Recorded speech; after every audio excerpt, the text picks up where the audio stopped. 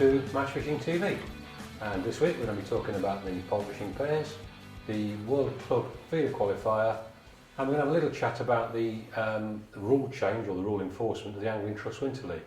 And I'm joined in the studio by Tom Scholey. Hello. And Matt Godfrey. Good evening. Okay, it's Winter League season, it's freezing in the studio, but before we get on to the Winter Leagues, pole fishing pairs. Now, it's obviously been a successful start to the event. We've just had the second heat at Barston, and you two fish as a pair, don't you? Yeah, we do, Rog, yeah. You won the match, didn't you? I did, Rog, yeah. How did you get on?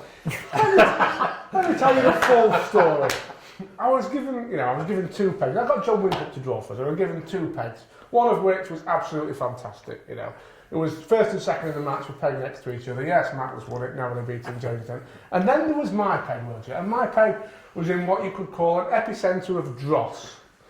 To my left had not one fish, to my right had £2, and I did brilliantly to muster out £7. Correct me if I'm wrong, but you're the organiser. Well, sort of. Well done, Matt. It's been a bit better, mate. Another £20 needed, a bit faster. Simon Wilsmore, just to let everyone know, Simon Wilsmore put in a sterling performance in Tom's section. He was in the middle of a load of terrible dross, horrible pegs, and he still managed to winkle out £28 and win the section. Quite a long way away from me. Takes some winkling, £28. Yeah, it does. But in all seriousness, it was a lot more difficult compared to last time when we had £90 won the match and stuff. But all round, it still fished really, really well. It's brilliant Barston. It's a big, massive open water lake. You feel like you're fishing a proper match on it. We had 23 pairs, didn't we? Yeah.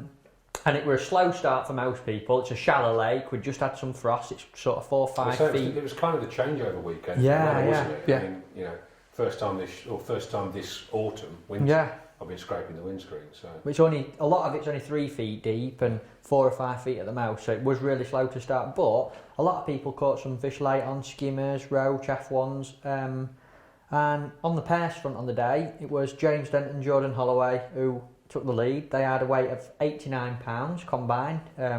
James had £49 to come second on the match, and Jordan had £40 to win his section. Second in the pairs, also qualifying, was Jeff Valence and James Granger. They had £78.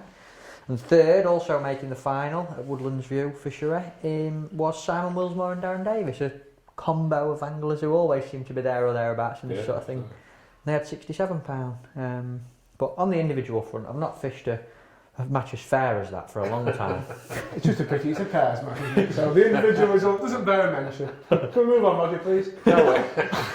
No, well done, guys. The next one, of course, is this Saturday at Aston Park, and there are still tickets available, and they'll still be on sale until close of play Wednesday. We'll probably leave it open until Thursday. Okay. Yeah. All right. Also at Barston, the World Club Feeder. This is a new event. Basically, obviously, we're all over the World Club Championship, which is a float fishing event. Yeah. Obviously, with the rise of feeder fishing as a discipline in its own right, there's now going to be a World Club Feeder Championship. And in order to get it off the ground, Sips Fips have said that every nation for the first year can nominate 2 teams to go and fish it. And it was decided that the fairest way of doing that would be to have a qualifier in the UK. And this was last Sunday. It was interesting. The team that actually won it was a newly formed team. Works team, almost. Yes, yeah. And that caused a little bit of controversy. And I was talking to Mark Downs, and he wasn't terribly happy about it because obviously the idea of a club championship is existing clubs. But the only thing I'll say in defence of the Preston feeder team that won it is there aren't any dedicated feeder fishing clubs to my knowledge. So it's a feeder fishing event. What's to stop you forming a feeder fishing club to fish it? But either way, it was Preston Innovations feeder team that won it, which was led by Tommy Pickering. He won the match individually. He had 15 F1s, 2 carp and 13 skimmers for 66.8. In second place were Drennan Barnsley Blacks, who was actually tied with the feeder team on points. They also had 17 points, but slightly less weight. The feeder team had £120 to Barnsley's £85. And in third place were Daiwa Dorking, who had 17 points again, but a slightly lower weight again of £82. Blooming close, that, isn't it? Well, it is, because I spoke to Tommy this morning, and he said that fourth place was the Ringers team, and they had 18 points, so they were only 1 point behind. Wow. But it was interesting what Tommy said. He sort of said he felt it really was a venue that there was a method to be sorted out on. And he thinks the fact that it was so close shows that no team had actually got it right, he said. Yeah, nobody's run away with it. No. He said... The Preston Innovations team, do we know it offhand? It was Tommy, Mick Viles... Will Freeman, Adam Freeman. Wakeling, and... Was Rob Button in that one, or was he in the Ringers team? I can't remember, because it was a bit of a mix and match. Yeah, it was. We've got a picture, we'll put a picture up of them. Okay, identify them yourselves. We Yeah, might even have a capture little them if we're lucky. But yeah, it was interesting talking to Tommy though, because he said that he thought they'd got the tactics bang on their team early on in the match. They were well in front. They had sort of 12 points, I reckon, going into the last hour. And what they figured was that because it'd been a pole fishing match the day before, late on the fishing feed closer. So, you know, their team plan was to chuck a bit closer as the day went on. And he says that was totally wrong as it happened. They were well in front. Yeah. And everybody started catching up with them. Well, yeah, the other teams actually went further out rather than coming closer, and that's when Barnsley and Dorking really clawed back Snuck up on the rails, Yeah. But, I mean, the Preston Innovations team that's won it, I mean, that's a quality feeder team. Oh, You're talking about the England World Feeder Championships team pretty much, aren't you? Definitely. I'm going to talk about an event a bit later on at Iniscala that was last week, and I think if anybody's ever questioned the people in that team and why they're there, you only have to look at results the last few years, and specifically that event, to see just how good these feeder guys really are now. You know, absolutely awesome. Okay, as I say, we're smack bang in the middle of winter season now, Winter League season now. It's very, very cold. On our prompt board, I can see that Tom's put the North East Winter League, but it's not. It's actually Matt this time, believe it or not. Oh, it's Matt. Yeah, it's the Eastern Winter League, Matt. You couldn't blame me for Well, you the fished it, pairs, and it's but the Eastern. It's the Eastern Winter League, and you were on the Selby Canal this week, which They was were. always going to be a tough one. Unfortunately, yeah. I wasn't too happy about going there, Rog, to be honest. I did myself a nice big flask in the morning. I saw it on Several- Facebook. That was a big flask, actually. Yeah. That should see you through at least the first 4 hours. It took me through about first 10 minutes, I'll tell you that. But no, in all seriousness, we all joke about Selby Canal in our Winter League. It's a narrow canal, fishing's always difficult. It's always the last round when it's coldest and hardest. Ready for an upset. Yeah, exactly. But it does mix it up a little bit. You know, it's different to the Steynie and the River Don where we have our other rounds. And joking aside, I quite like it. It's a bit of a change to go somewhere different like that. And obviously it gives a bit back to some of the other clubs who fish it. We can't always have it on Thornwater or what have you. So we have a match on Selby Water. I quite like it. And it was very, very difficult on the day. On the individual front, my teammate Dave Brooks won the match. He had £5.6. So it's proper canal fishing. Proper. Old style, not catching a lot canal fishing. Yeah. Ridiculous. Gin clear. It's down in a ditch, so you don't get much wind. It's weedy. You know, it's a proper narrow canal. And Dave caught some roach on punch to start with. He had half a dozen perch on lobworms, only little ones. His biggest fish was 6 ounces. He's had a couple of 4 ounces in between. Then he's gone quiet in the middle of the match and caught a few fish later, again on punch. Second in match with Mick Lodge from Browning Ossett. He had £5.2. Very similar match to Dave, I think. And third was Nicky Crooks, who caught... An ounce behind. Yeah, Nicky had 100 odd little tiny roach for £5.1. So he's had a busy little day. And we were in third place with 5-1. But teams on the day, Browning Ossett showed their class on narrow canals. They're very good at that canal fishing, aren't they? They won National on Junkie a few years ago, and it was looking as though they might not get through to the semi-finals. They needed a result on this day. And they got one. Yeah, they did. They had 13 points, which is an awesome score. Yeah. On the day, and they took actually second, third, fourth, and fifth individuals or something like that. They had about right. Oh yeah, they were brilliant. They were brilliant.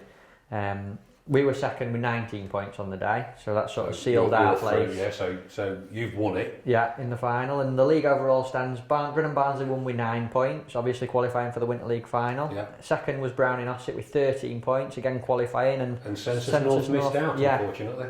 It's a shame, but I'm quite glad Ossett. They won it last year. Yeah, Winter League champions. Yeah. Defend the title. So well, they get to go and fish the semi-final. No, straight to the final. Yeah. Big old match. It is as well. Second biggest match of the year is after the National. It's one sort of half of the matches on the drains, the old. They don't tell me anything these days. And other half of matches on commercial decoy. So interesting match. Excellent. So well done to you lads for getting through, and well done to Ossett for a chance to defend. Okay. And another one of the big winter leagues, long-standing winter leagues, Soar Valley Winter League. Tom. Yes. Another difficult match for many. Really cold night.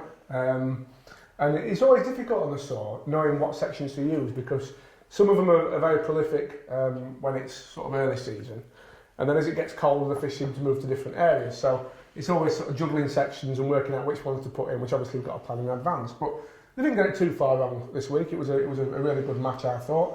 Cameras and Starlets, excuse me, won the match with 24 points. Quorn van den Heim was second with 29 points, and Matrix Dynamite Tremont was third with 39 points. On the individual front, Mark Godfrey, my teammate, he won the match with 7 kilo 350. He had a lovely day on stick float, caught some big chub at the Abbey section. One of the wild bits of the river. It's a bit flowy there. Isn't it? Yeah, it is. Nice. He actually drew the same peg about 2 rounds ago. I think he was second that day with a similar weight, so he likes it down there, Mark does. Second place was another man who was no stranger to success on there, or any other venue really, Steve Hemingway. He had 6 kilo 550. And in third place was John Harper from Midland Angling Supplies, who had 6 kilo 300. So, you know, respectable framing weights. In terms of the league overall, that leaves Starlets out in front on 6 points. So they've solidified their lead. Yeah. Good. We're well in front, 3 points clear of Quorn and Matrix Dynamite Trampman, who are both on 9 points. So it's going to be very, very close these last 2 rounds to see who makes it in the final, really. Yeah. Okay. It's I like the sort of Winter League. It's and I know that this year you've changed things around. You've all got to organise bits and pieces yourself, haven't you? With no sort of overall. It's actually working. It seems to be working very well. Yeah. We're a bit worried. Well, it's always one of them leagues, Roger, I think we've talked about it before, but it's just attracting no end of politics because there's so many small controlling clubs who all like a say, you know. Yeah. But actually, and the fact that now there's no one person to attack who's the figurehead of it all. To argue with all. Yeah, it is. It's working well. Excellent. Okay. Well, we're going to take a break, and when we come back, we'll be looking at some more winter leagues, and we'll be talking about a rule announcement by the Angling Trust. See you in a few minutes.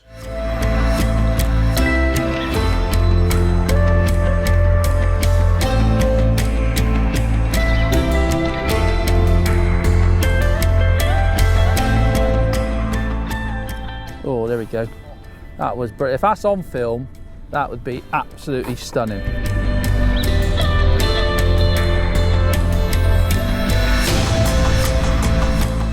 Just dropping it straight down. It is very, very deep. There we go. Look at that.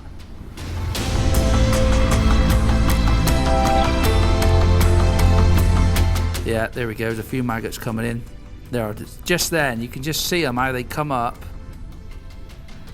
Look at that one. Now that I should have hooked that really, and it's just not quite hooked itself. Look at that. Unbelievable.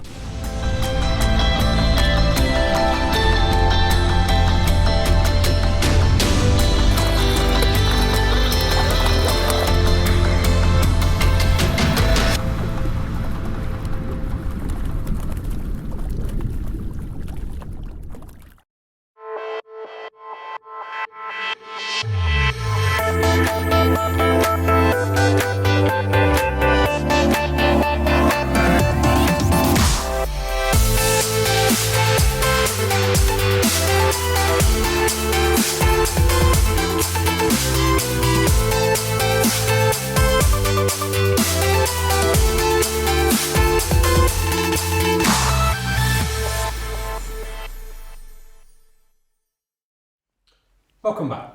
Okay, as I mentioned at the end of the show, there was quite a bit of discussion on Facebook last week about an announcement by the Angling Trust that under 16s cannot fish the Angling Trust Winter League. I kind of came into it quite late. Now my understanding is that a team had attempted to enter a team of juniors, and the Angling Trust had said, "Ever sorry, you can't do that." Yes, Match Aid, which is an organisation based in the northwest, which does some great work with junior anglers. They wanted to basically enter a team in the Tunnel Barn Winter League, but they were told, as you say, you know, that they can't have under 16 fishing the Winter League. That was what started it all off. It attracted a very wide range of opinion. I think most of the argument was caused by the fact that nobody could find that rule written down anywhere. It didn't matter what rules you went through on the Angling Trust website, nowhere did it refer to under 16s, but apparently it is a rule that it's classified as a senior event. But what the Angling Trust did was said, sorry, no under 16 can fish it. And it's on health and safety grounds, which you can kind of understand. 13, 14-year-old kids on their own in a section somewhere. You know, it's... at first I was really angry, and now I'm slightly less angry. I'm still a little bit perturbed by it. You feel quite strongly that they should be allowed to go, don't you? Absolutely. I mean, we're talking about a long time ago. People keep saying, oh, the world's changed now, and you know, you can't allow kids to do what you could allow them to do 40 years ago. Well, an awful lot of us survived. Yeah. You know, at 14 and 15 and 16, I was fishing senior events. And I know you were, Matt. Definitely. I mean, I'm sure I fished winter leagues when I was under 16. But obviously, I think more recently, certain things have happened within fishing involving kids, bad things, negative things, you know, and that sort of prompted the Angling Trust to enforce that rule a little bit more. Yeah. And I think, if I'm honest, I think if a team of under 16s hadn't tried to enter, it wouldn't have been brought up anyway. Yeah. So, like, if there is an... As we all know, Yeah. out there now, there are under 16s fishing winter leagues, Yeah. making up the numbers in various clubs, and some of them aren't just making up the numbers. I mean, there are some very good Yeah. youngsters around. You know, I remember I think it was Lee Klimchuk in the East Midlands Winter League, back in the day when I was fishing there regularly. You know, he and I think there was a lad called Alistair Ogilvie from... Yeah. You know, these lads came through and they were fishing against seniors when they were still kids. Yeah. And they were welcome. And it's sad now that kind of can't happen. But my take on it is what the Angling Trust probably should have done. He said, okay, we need to cover our backs. You know, we can't allow unsupervised juniors to fish these events. So what they should have done, in my opinion, is said, we pass the book, put the book back to the clubs, back to the leagues, and say, unaccompanied under 16s can't fish.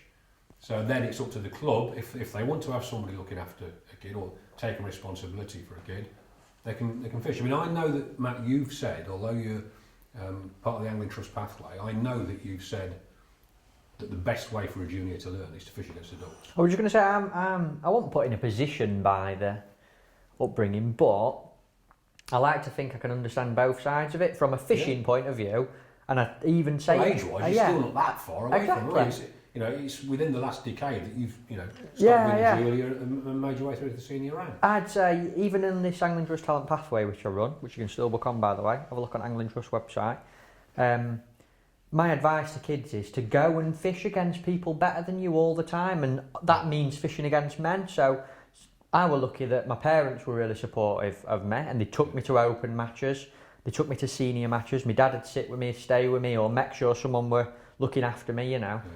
And that is the best way to improve quickly, I think. And another thing is, when you get to 18, 19, 20 and start fishing against men, doesn't come as a shock. they're a lot less reluctant to tell you stuff as well. Whereas when you're 14, 15, 16, I'll tell you everything. yeah, you soak it up like a sponge. Yeah. So from a getting better at fishing point of view, I think go and fish against blokes, you know, go and fish against people better, go and fish big events. But then again, looking at it, obviously I run this talent pathway in the Midlands at the minute and sorting all that out, and I've got some involvement with Angling Trust, and from a safety point of view and a safeguarding point of view, I think that there's a lot of stuff could go wrong, and I think the Angling Trust are making sure that their backs are covered by saying they can't. I think the best thing that we can say is the sooner the Angling Trust get it sorted that kids can fish, and whatever safeguards they need to make sure are in place, or demand that the clubs and the parents make sure are in place, the sooner that compromise, for want of a better word, is sorted, the better. I've got a lot of sympathy for them for a number of reasons. First of all, I don't feel that it's, you know, that this is being really brought to a head now, but this rule's existed in a lot of senior competitions for a lot of years. Yeah. For example, when I read about this, the first thing I did was I rung Ben Hughes at Maver, who runs the Maver Match This. There's no rule on the Maver Match This website that says under 16s can't fish, but they can't. It's the same. It's the same with Fishermania. It's almost an assumption in that sense, isn't it? Yeah, you know, these are senior blue ribbon events, and to me, there's nothing wrong with a rule that says in these senior blue ribbon events, we're talking about over 16s. We're not saying you've got to be 25 before you fish it. There's also, there is the issue with pools, for starters. Yes. You know, somebody paying a big entry fee for the Maver Match This, hoping to get through to fish for 70 grand. They can't do that under 16. Well, that's the they can't do a lottery under 16. That's the next thing. You know, in order for a winter league to allow under 16s to legally fish, even with an adult accompanying them, you've got to have no pools. So how many blokes are going to want to fish a winter league without pools, or how are you going to work that? There might be a way around it. I don't know, but it's There's no certainly easy way complicated. around it. You just don't let the juniors go in the pools. But- We back in the old East Midlands days, they did run a separate. Juniors within it couldn't win the pools. Right. They could win a prize, but they couldn't win the pools.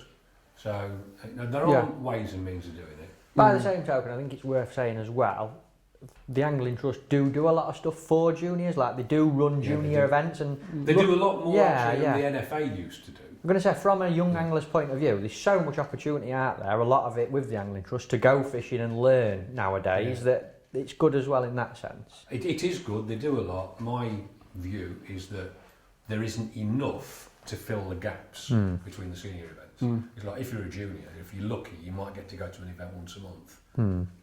Whereas really, you want to be out fishing every week. So, no, I'm hoping that they can come to some compromise whereby they put the ball back in the club's court and they say, if juniors want to be part of this event, then if they're under 16 they can't be in the pools, and if they're under 16 they have to be accompanied, or somebody has to take responsibility for those juniors. Yeah. So hopefully we'll get somewhere fairly quickly. Okay, enough politics. Newry Canal Winter League. Newry Winter League. Yes, I must say I felt a little bit guilty with this one because Jeff Quinn, who's a great match organiser from Ireland, who was over last week fishing the Sore Champs, and he called me, he said, I've sent you 3 results for the Newry Canal Winter League, you haven't used them once. In his Irish accent. Yes, always, because we've had bigger Irish things to put in, but the Newry Canal is a fantastic stretch of water, and as you can see from the weights here, it's very, very prolific. Phil Jackson actually won the latest round with £21.11. Dave Hamilton was second with 16.2, and a W. Donaldson was third with 15.13. But Jacko, Phil Jackson's, actually won all 3 rounds up to now of the Winter League. So Terrible man. Quite a dominant performance there. So it's the Phil Jackson Newry Winter League. Yeah. Excellent. Okay, 21.11. And it's 6 metres to land he's fished for that. Yeah. Now, you'd have thought you could catch that sort of weight breaking down, really. Yeah. Interesting one. Big deep canal though in it, that one. I know as well. Think Yeah, about 6 to hand might be 6 metres Yeah, deep. yeah. So, On there, when they had that O International there last year, I remember our lads were saying that one peg could be like 6 or 7 foot deep, and then 10 yards to your left, it's like 20 foot deep. So it's, yeah. And it was prolific fishing. The worst weight on the whole match was £8.10. So Good fishing, that. I don't think Geoff appreciated it when he walked off the bank, and I said to him, I can't understand why you go to the Newry Canal when you come on the sword every week. Okay, another Winter League, the Castle Ashby Angling Trust Winter League.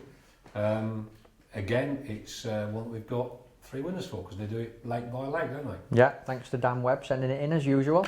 Brilliant Dan's stuff. very, very good at it. And Dan described it as a proper winter match with a cold northerly wind, and it really badly affected the backing weights.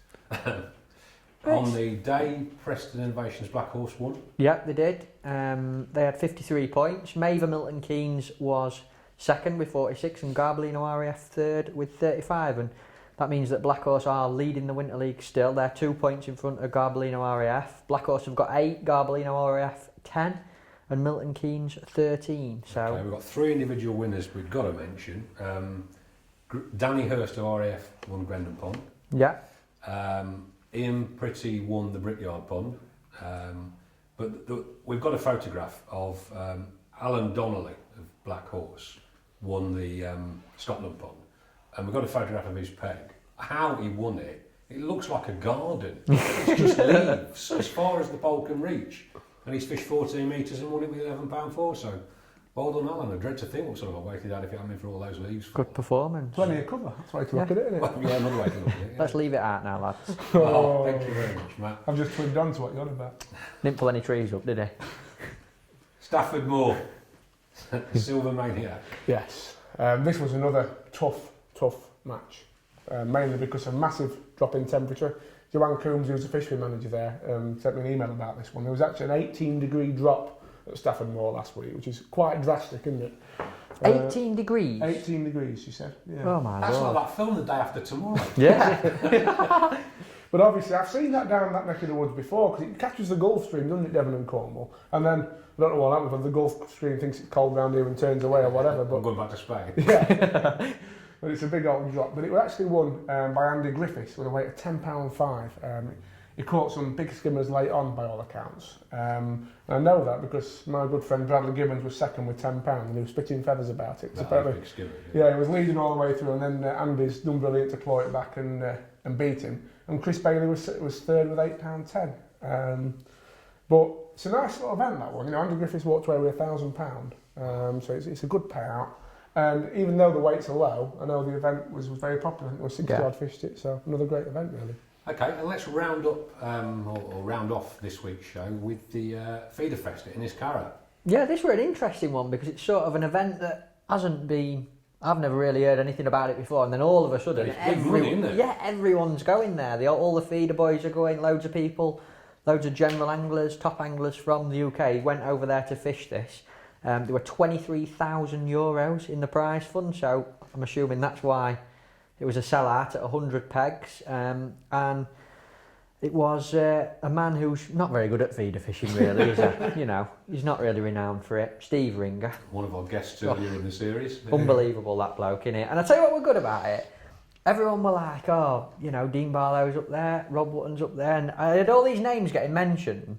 And then all of a sudden it got to the final day. Oh, Ringer's won it. Steve's won it. And it's not a surprise. Brilliant. He is absolutely awesome. I've got loads of respect for him. He just proves himself time and time again, all kinds of fishing situations. He had a total weight of 52 kilo and 10 grams. And on the final day, he was in third place and he went on to catch 237 roach on a feeder. Now that takes some doing on a short pole. Busy fishing, isn't it? Yeah. It's like feeder to hand, that is. Yeah. Oh, he's top performer. I'd love to have sat and watched him do that. I'd love to have.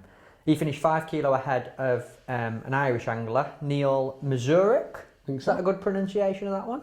Good Irish name, that. This as well. He had 46 kilo, but you mentioned it, the dominance of the England feeder team in the results here. Dean Barlow in third place, he had 45 kilo. Adam Wakeling fourth with 44 kilo. Rob Wotton fifth with 45 kilo. And then Phil Ringer was in eighth, another England feeder team member. He had 40 kilo. 40 kilo for eighth place. It's close, brilliant fishing. Yeah. Won't mind a crack at a bit of that. Sounds good, doesn't it? Yeah. With that kind of money, it's tempting, isn't it? Yeah, definitely. Yeah. So, well done to all them. Well done to Steve Ringer. Absolute start. What more can we say? Anyway, that's us wrapped up for this week, and we should be back on time next week on Monday evening. See you.